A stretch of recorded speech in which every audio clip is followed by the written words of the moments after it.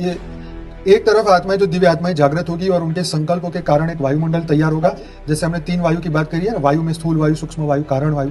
तो कारण वायु मतलब है कलेक्टिव कॉन्शियसनेस, चेतनाओं का, सभी आत्माओं का कलेक्टिव जो चेतना का स्तर, उसको हम उठाएंगे योग बल से। सूक्ष्म दिव्य आत्मा है, जैसे एक आत्मा भी जागती है तो 1000 लोगों के माइंड को सुधार सकती है अपने पावर से, अपने वाइब्रेशन से। ऐसे ये वायुमंडल को जब हम शुद्धता की ओर लेके जाएंगे तो फिर शुद्धता की एनर्जी वो लोग देने के लिए वो रेडी होंगे, वो और पॉजिटिव, क्योंकि अभी अगर कोई भी एनर्जी देते हैं और कोई बुरे हाथ में आती है तो उसका दुरुपयोग हो सकता है। तो जब तक हम उसे पॉजिटिव तरीके से उपयोग नहीं करने के लिए मतलब संकल्प नहीं करेंगे कि इससे विश्व कल्याण करना है, तब तक वो हमें देंगे ही नहीं।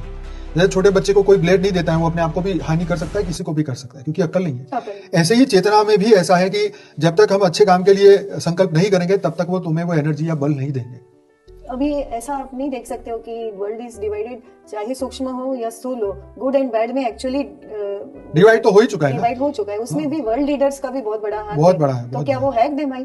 एकदम, देखो ना, हर बाबूजी हर वीडियो में बोलता है ना, सूक्ष्म जगत ही स्थूल जगत को चलाता है। हम जितने भी लीडर्स देख रहे हैं इस वक्त दुनिया के, जो भी देश के, वो सभी जगह पर उनके ऊपर उनकी तरीके की आत्माओं ने उनको कंट्रोल किया हुआ है। मान लो कोई तमोगुणी व्यक्ति है, तमोगुणी कोई पीएम या राष्ट्रपति है, तो तमोगुणी आत्माओं ने उसके ऊपर कब्जा किया हुआ है।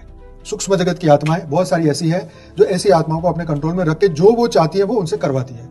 उसमें वो जो व्यक्ति जो है वो पपेट जैसा हो जाता है। आत्मा को थोड़ा डिफाइन कर सकते हैं क्या? एलियंस है या फिर वो? देखो, यहाँ पर ये भी समझना है कि एलियंस और भूत प्रेत जो आज सबसे बड़ा टॉपिक है दुनिया में, जो लोग भेद नहीं कर सकते, डिफरेंट नहीं समझ पाते कि भूत प्रेत कौन है और एलियन कौन है। तो एलियन जो है वो हमारे सोलर सिस्टम के नहीं है, वो बाहर की आत्माएं हैं, और जो भूत प्रेत है वो हमारी ब्रह्मांड के हैं और ये यहाँ पर जन्म लेके मर चुके हैं, वही भूत प्रेत बनते हैं। ठीक है, लेकिन अब क्या है कि बहुत सारे सोलर सिस्टमों से, गैलेक्सियों से, यूनिवर्स से आत्माएं ट्रैवल करती करती आई है यहाँ पर, और वो लोग इनको चला रही है। भूत प्रेतों में इतनी अब ताकत नहीं है कि वो मतलब इतना बड़ा काम कर सके, तो बाहर की एलियन वाली आत्मा ही इन सबको कंट्रोल कर रही है और वही चला रही है, वही डायरेक्शन दे रही है, चाहे वो शांति के लिए प्रयास हो, चाहे वो विनाश के लिए प्रयास हो।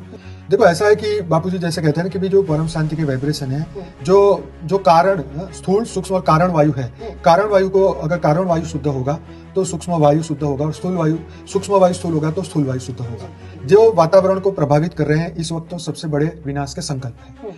तो विनाश के जो संकल्प है और विनाश के कार्य में जो लोग जुड़े हुए हैं, या जो तमो प्रधान आत्माएं इन शॉर्ट कहें, तो अगर तमो प्रधान आत्माएं अगर वाइब्रेशन से, पॉजिटिव वाइब्रेशन से अगर सुधर जाती है तो बहुत बड़ा चेंजेस दुनिया में पॉजिटिव देखने को मिल सकता है।